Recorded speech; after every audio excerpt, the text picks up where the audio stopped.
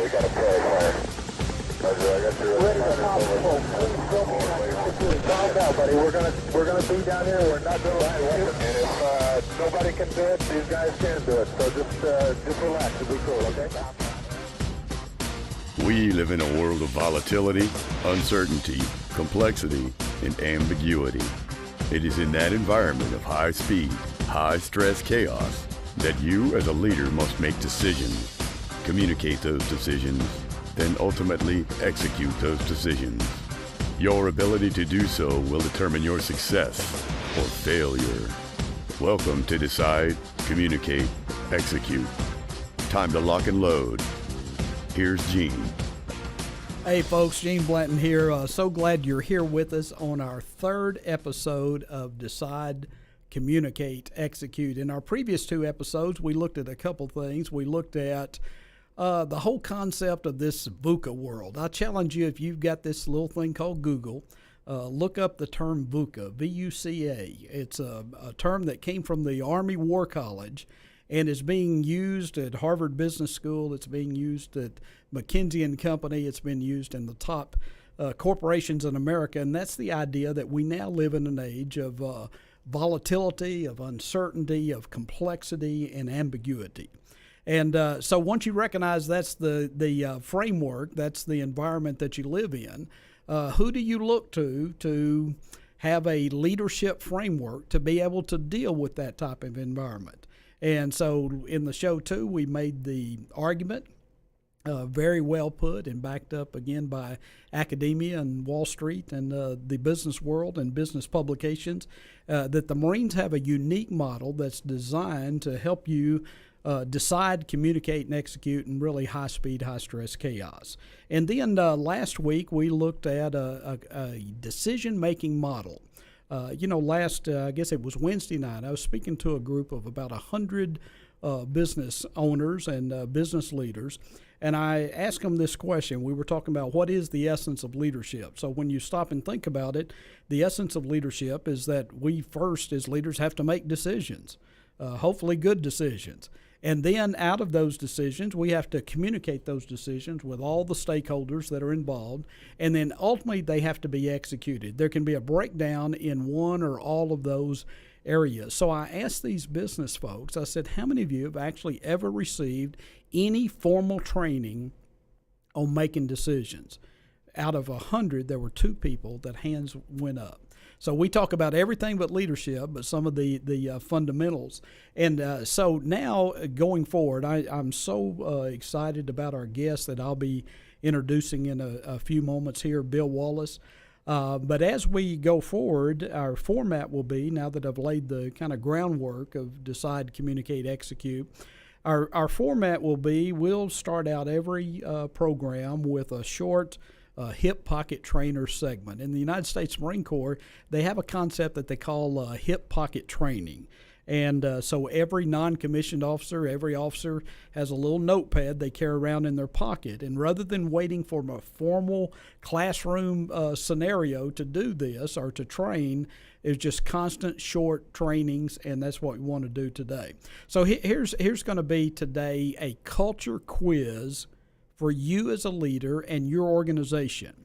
And I'm going to give you some statements that come directly out of the Marine Corps Leadership Model, their Marine Corps Leadership Guide, and I'm going to have you use this as a mechanism or as a framework to ask these questions about your own organization.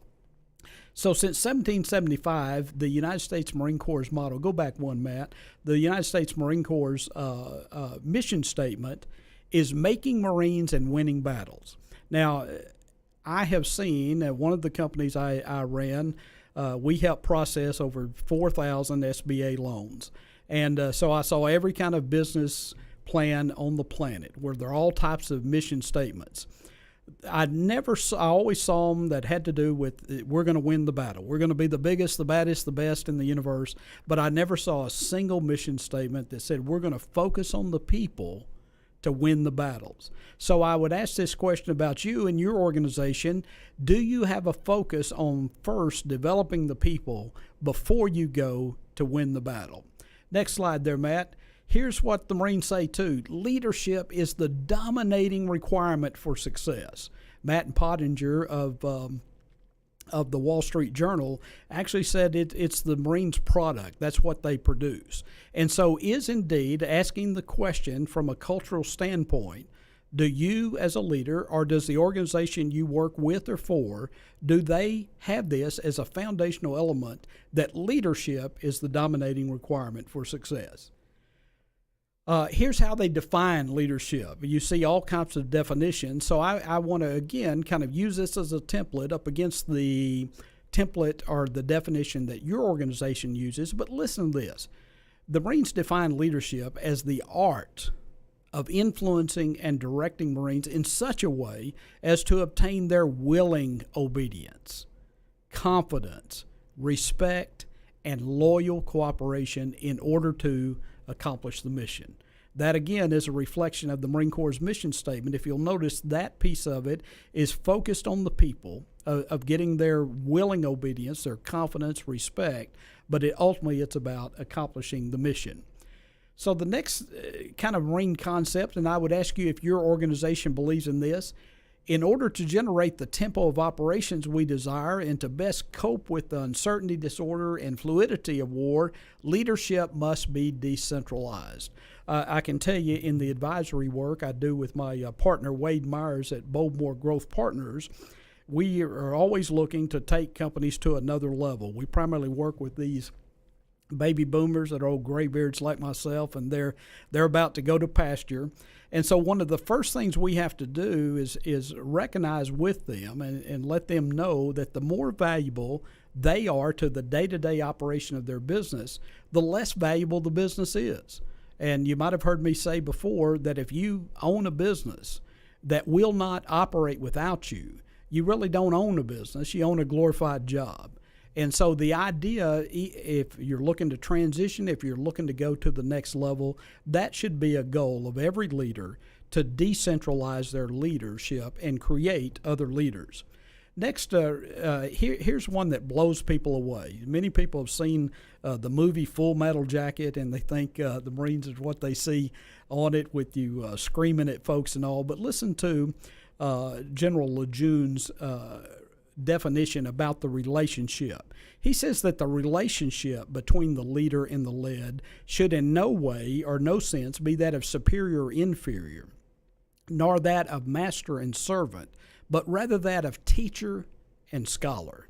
So I would ask you this question: in this high-speed, high-stress environment, do you not only have a learning organization, but do you have a teaching organization?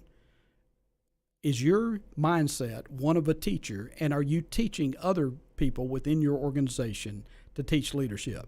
Next one there, the Marines believe our most effective weapon remains the individual Marine who outlearns, outthinks, outfights any adversary. That focus on the individual employee, regardless of the level where they are, regardless of the level that we perceive that they are contributing to the organization, the focus is on the individual. Next one there, Matt, you'll see, here's what I love about this. Our philosophy of leadership is characterized by the belief that leadership qualities can be developed within the individual Marine, and that Marine leaders have the responsibility for developing those qualities. Many times I see great business leaders who have innate business leadership abilities themselves, but this is the area where they sometimes fail, is not seeing the need to pass it on. And then here's one that kind of blows people away. They thought they'd never see this out of a Marine leadership. Leaders must treat their followers as Marines and individuals. People stripped of their dignity, individuality, and self-respect are destined to mediocrity and are potential problems. So is that the prevalent culture that you have within your organization? And then finally here, I think this is the last one. Oh, I love this one. One that we leaders want to overlook all the time. The most effective leaders are good followers. They set the example of followership and leadership for their subordinates, and subordinates watching the example of a leader can only be expected to exhibit the same degree of followership they deserve. So if you're throwing your boss man under the bus, you have absolutely given your people the authority to do the same thing. And so here's the one other edict on cultural relationships, on growing a strong culture that's able to improvise, adapt, and overcome in this VUCA environment. Good leaders grow more good leaders through close personal interactions. A teacher scholar. And then finally, if any of you've not read the book, you need to read this by Simon Sinek called Leaders Eat Last. This is actually based on his interactions and interviews with the United States Marine Corps. In the United States Marine Corps, you eat according to rank. The higher your rank, the later you eat. So it is indeed a servant leadership model. So I challenge you, if you're hearing this someplace else, to go to our website, decidecommunicateexecute.com, listen to it again, and look at that as a, quote, cultural index of your company to take a look and see how it squares away with those. And so the idea of servant leadership is embodied in Leaders Eat Last, and is certainly embodied in my guest today. Matt, if you'll pull that out. I am so honored today to have Bill Wallace. Bill is the founder of Success North Dallas. He's the chairman and CEO of the Wallace Companies. He's got a consulting firm where they do capital development and executive management strategies. He sits on the board of governors of Northwood University and is also a board member up at University of North Texas Professional Leadership Program, and I've heard great things on that. He's a chairman of the nonprofit Empowering Single Parents. He's the author of Peacefully Rich, The Financial Road Less Traveled, and he's going to tell us about another book that he has coming out. He's actually served on the board of the Ronald McDonald House Charities, and in 2009 received the Heroes of Humanity Award from the Art of Living Foundation and the International Association of Human Values.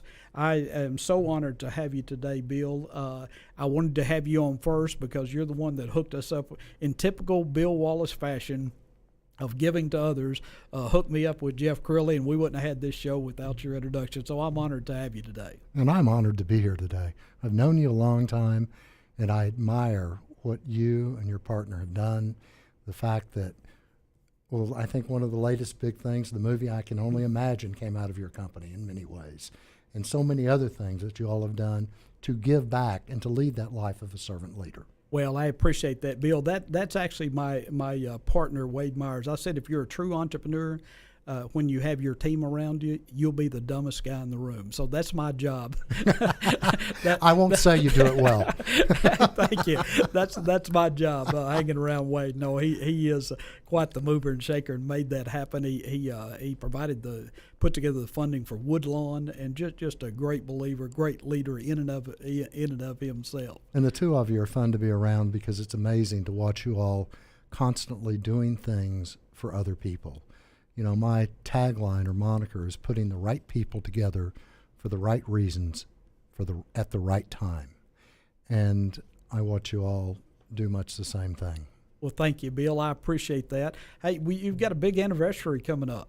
Oh. 30 years for Success North Dallas. For our listeners that aren't aware of it, tell us what it is, and then I would love to hear your take, Bill, on the things that have remained constant during this 30 years and some of the things that you've seen change with all your interaction with businesses. You know, we're student leaders, and then there's team leaders, but then there's leaders of leaders, and that's what you've done at Success North Dallas. So tell us some background on Success North Dallas. Well, back in 1988, one of my two mentors, Herb Kelleher, told me when I could figure out why I should do business with him to come back, now get out and figure it out. Uh-huh.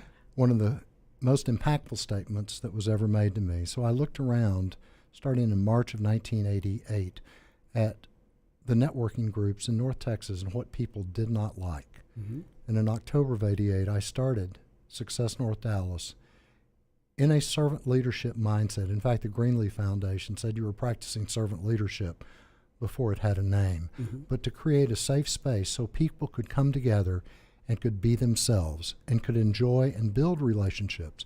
To do that, we eliminated card pushers, pitch mm-hmm. bookers, selling of wares in the room, mm-hmm. Selling of wares from the lectern, mm-hmm. charging of guests, although we've had to modify that a little bit. And back in 1988, it wasn't cool to have women in networking. Mm-hmm. And so from a disruptive and a transformational standpoint, we made Success North Dallas 30% women minimum from day one. Fantastic. Fantastic? No. The reason we're still here today is because we stepped on uncomfortable turf. We were early adopters, and then those women leveraged us in a beautiful, beautiful way. And we've just had, we've helped to build Spark, the new nonprofit, not new now, 3 years old, to ignite the creativity, that spark of creativity in our children, which we have been losing in our youth. We got behind it. We're behind Night of Superstars. We're always behind some charitable event, charity, that deals with the next generation, that deals with the youth that are coming up.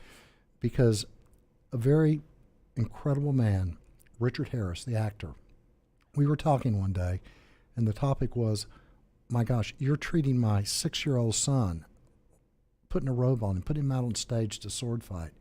And he made a statement to me that burned in my conscience. If we do not impart our art to our children, do we really have an art at all? True. And that is this generational. That is not losing the middle-aged people. That's not losing that knowledge, but that's a way to find bridges. So Success North Dallas has been a knowledge bridge. We adopted the professional leadership program at University of North Texas, and 85 of our members were mentors to juniors to doctoral candidates. Over the years, I've mentored 35. And my definition of a good mentoring program is when I can truthfully look at that young man or woman and say, I've learned more from you than you have learned from me. And that the accountability, allowing them to hold me equally accountable to the way that I hold them accountable, and that contract of trust. These are all the things that I've found many times lacking in corporate America today, because there's so often than not, there's a chasm that develops. And rather than try to fill it, some of our leaders today just inadvertently make it wider and make it deeper and make it to such a degree that there's not a bridge that can be built until the next generation comes in, like one's going to have to do now, and start filling that dirt back in. Sure. And that's a tough, tough way. But our qualifications for membership, we narrowed it down to 3 things. Be a success in your own eyes. I have no right to define what success is for you. Honor your commitments. Let's go back to the handshake. And be a giver. It's all about our fellow men and women. And because of that, October the 17th, we will be announcing the 90th company that's been founded out of Success North Dallas. Wow. 1,000 jobs have been created, 6 Ernst & Young Entrepreneurs of the Year, and we have been blessed. And people say, well, why is it named Success North Dallas? You have speakers come from all over the world. And yes, we do. We have speakers from all over the world, and we've never paid a speaker or their expenses. They come because of the people in the room, the people with a servant's heart. And I simply say to them, try it. You'll like it. Absolutely. And we got our speakers the old-fashioned way. They ask us. Yeah, yeah, that's great. That's fantastic. I know you've had the privilege, Bill, of being around just some really great leaders. Who's the top 2 or 3 that comes to mind, and why? Well, in my life, and you asked me also, what's been consistent through all of this? What's been consistent through all of this is the heart of a servant. That's been the consistent thing that's gone through it all the way. Some of the most fantastic leaders, I have to go back and say, let's start with my uncle. My uncle, Count Mays, he got his name Count because he was called the Count of the Dirty Dishes when he was washing dishes at SMU. And he's no longer with us, but he was on the last, I think, championship team of SMU. And he taught me the ethics and the honor of the sales profession. I was 13 years old when I started selling men's clothes with him. And he said, I'll fire you for 2 reasons. If you steal from me, because you're hurting everybody else, and if you have your hands in your pockets, then you're doing me a favor. You're telling me I've hired one too many people, someone that can find nothing to do. That's good. And I have to go back to him, and I've remembered that comment time and time again. Herb Kelleher. I met Herb I was one of the founding group of the Ronald McDonald House of Dallas. Ended up sitting on the National Ronald McDonald House Charities and some others. But I watched this group of people come in from Southwest Airlines to cook a meal one night, and then another night, and then another night. And I watched as that love started to build up. And through that, I met Herb Kelleher. And I watched Herb Kelleher's vision of a leader in action. Mm-hmm. And a leader was walking arm in arm, step for step, doing everything that you asked them to do. And many people do not know this, but Southwest Airlines became a success through a huge failure at the beginning. They had 4 planes. Financially, trouble, as it always does. They had to give back a plane. They called a company meeting from the CEOs to the janitors. And they said, we are going to master the art of the turnaround. We're going to fly the same number of people, the same number of routes with those 3 planes that we have that we were flying with the 4. And failure through success is what made Southwest. In fact, at 9/11, they had 10 times more money. They were 10 times more liquid than the combined cash of all the other airlines in the world. That didn't come through hard-nosed leadership. That came through servant leadership. That came through listening, asking, and sharing the ownership. My definition of an entrepreneur is one who has the ability and does share the vision, share the passion of that vision, and share the ownership while leaving almost all, but not quite, of the ego at the door. Because, folks, we still have to have some gas in our tanks. Absolutely. Bill, that's wonderful. Tell me about your new book. I was intrigued by the title. So am I, actually. Yeah. The title is Being a Catalyst for Success. The subtitle, The Life of a Servant Leader. And it's a book of the isms, the quotes, the things that I've used in mentorship, the things I've used in leadership, the things I've loved. And I live my life by 3 isms. And folks, I'm not here to tell you I do it well. I'm here to tell you I try with almost all of my heart, some of the time, and all of my heart the rest of the time. But the first one is, if it's not fun, don't do it. If you have to do it, find a way to make it fun first. You can. And I did it with cancer. I've done it with many things. I've watched other people like Herb. That actually came in many ways from him, because he would say, make it fun. If you have to do it, make it fun. Why do you want to do something that's not fun? Even if it's digging a ditch, make it fun. So that came almost directly out of him. The second one is always a double win. If it ever ceases to be a double win, fix it or get out now, not tomorrow. And the final one is, I'm always doing great. The definition of great may vary greatly from day to day, but I'm always doing great. Because, folks, in this life, in this time, there's so many people out there ready to drag you down with them, drag you down in the dirt. If they're down, they think everybody else has to be down. I don't need those people around me unless they're wanting to make a change, and then I'll embrace them with all my heart. But you are defined by those 5 people that are closest to you. If you're not already like them, you will be. So take a long, hard look. And that's what we did at Success North Dallas. We had people that could come alongside of each other and be that guide, be that teacher, be that mentor. But more than anything else, be that listener. Actually hear what they're saying. Fantastic, Bill.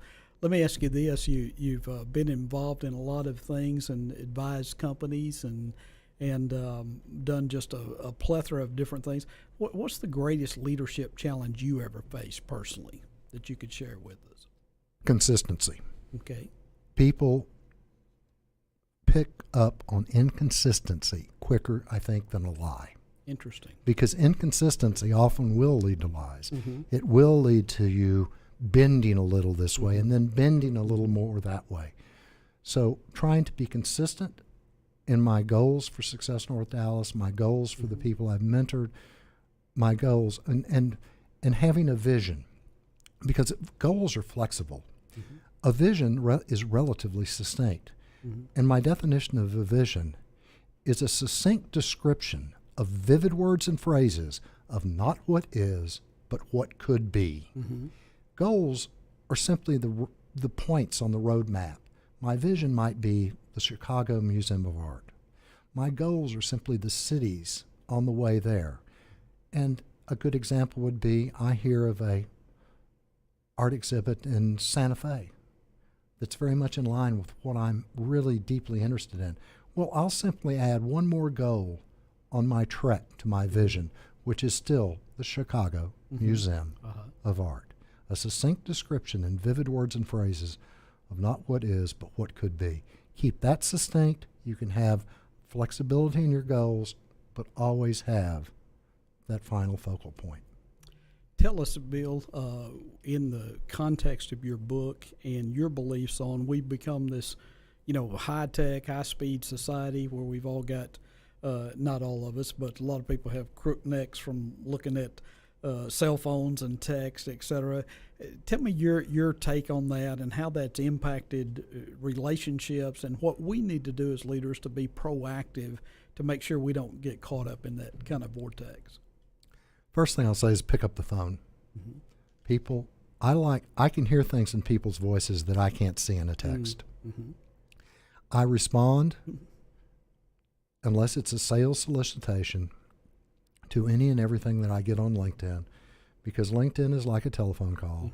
If they're interested enough to call me, I'm interested enough to respond, unless it's an overt sales thing. Sure. Same thing with Facebook. I would say you have to learn how to say no. You have to learn how to delete. But you also have to remember that courtesy, even on the internet, is key. Addiction to alcohol, to many different things, is easy. So is addiction to the internet. There's times that you have to turn off because your brain cannot function at that rate 24/7. So I've learned how to turn off. I learned a big lesson from my son. He'll turn off for a whole weekend sometimes. Wow. And he got his doctorate at Oxford. I don't know. He knows something that I know that I don't know. He'll turn off. I'll turn off. And it's more important now in this high-speed world we live in to master the art of no, of saying no. Because of the internet, of the little phone you carry, you are offered so many opportunities to do so many great things, and some not so great, that overnight you can have a calendar that is so full that you have no time for you. And without that, that's suicidal. That leads to depression. That leads to inability to function at your 100%. So you have to turn off, and you have to learn how to say no. You've got the term catalyst within the title of your book there. From a standpoint of being that catalyst as a leader, give us kind of your definition of that, how you see. If somebody said, hey, that's intriguing, I would really like to be that person, be that catalyst. What would be your advice to start heading in that direction? Catalyst starts with C. Consistency starts with C. You have to be consistent. You have to make yourself comfortable to be with. There's 3 A's in that formula that I use. To be a catalyst, you have to be accessible. I have to be able to find you. To be a catalyst, you have to be approachable. When I find you, you have to make me welcome. Make me feel like I'm so welcome here into your space. And then to be a catalyst, you have to be accountable to that relationship that you were building from the first encounter. And rest assured, my friend, you don't know when that first encounter is going to occur. But that first encounter will determine your effectiveness as a catalyst and your effectiveness in that relationship. So you have to be consistent in your life at all times. You have to be a safe space that people can come to, build that trust, because you cannot be a catalyst without first trust. You cannot be trusted without first consistency. You cannot have consistency without being accessible and accountable to that relationship. So that is being a catalyst. Then once you have that, then you can share openly by example, through action, and through word. Action will not work without word. Word will not work without action. Action equals example. Fantastic. When's it coming out, and how can our folks that are listening here, how can they get access and when the book's published? It'll be out at Christmas. That's actually 2 weeks after it's supposed to come out. So I'm going to say, for a little, I came out of the insurance industry where I worked with 164 startups, and I learned something in the startup mentality that builders have known forever. Pad it. Give yourself a little extra time. Yeah. But it should be out by Christmas. It'll be available on Amazon. It will be available with access points through our website, successnorthdallas.com. And it isn't it's been a work in progress. It's been a work of the heart and the soul. And sometimes it's difficult to write about your own history and talk about that. But it's been a work of love. Fantastic. Well, we'll have to have you back, Bill, after you've got it published and got it out, and really go deeper into it. I would love to do that. Yeah, and it's dedicated to my son, William Branton Wallace, who I learned from, to my son, Matthew Alexander Wallace, who taught me love, and to my grandson, William Rhodes Wallace, born September the 6th of this year. Congratulations. Who the book is actually written for. Fantastic. That's fantastic. They change your life, don't you? I had Zig was my Sunday school teacher, and he used to always say, if I'd known how fun the grandkids were going to be, I'd have been nicer to their parents. And so I remember that comment. Anyway, congratulations on that. Any other words of wisdom, Bill, before we punch out here? Think about how you want the world to see you and make sure they're seeing you that way. Good word. Bill, again, I'm honored to have you. This time just flew by very fast. I look forward to the book coming out. If you'll send me all the stuff, I'll put a link to it on our website for the show, and then we'll look forward to having That's very nice of you. Thank you. Having you back at after the Christmas holidays and all that, after it comes out. And congratulations on your show. Well, thank you, man. I've really, really enjoyed it. Another thing Zig used to say, anything worth doing is worth doing poorly till you get it right. And so we're going to look to get it right. Guys, we'll look forward to having you next week, and we'll be announcing who our guest is coming up here. But do check us out at DecideCommunicateExecute.com. And just remember, as my friend and mentor, General Williams, James L. Williams, who's the former commanding general of the 4th Marine Division, used to sign all of his emails, "It's all about love." We're out of here. Thank you much.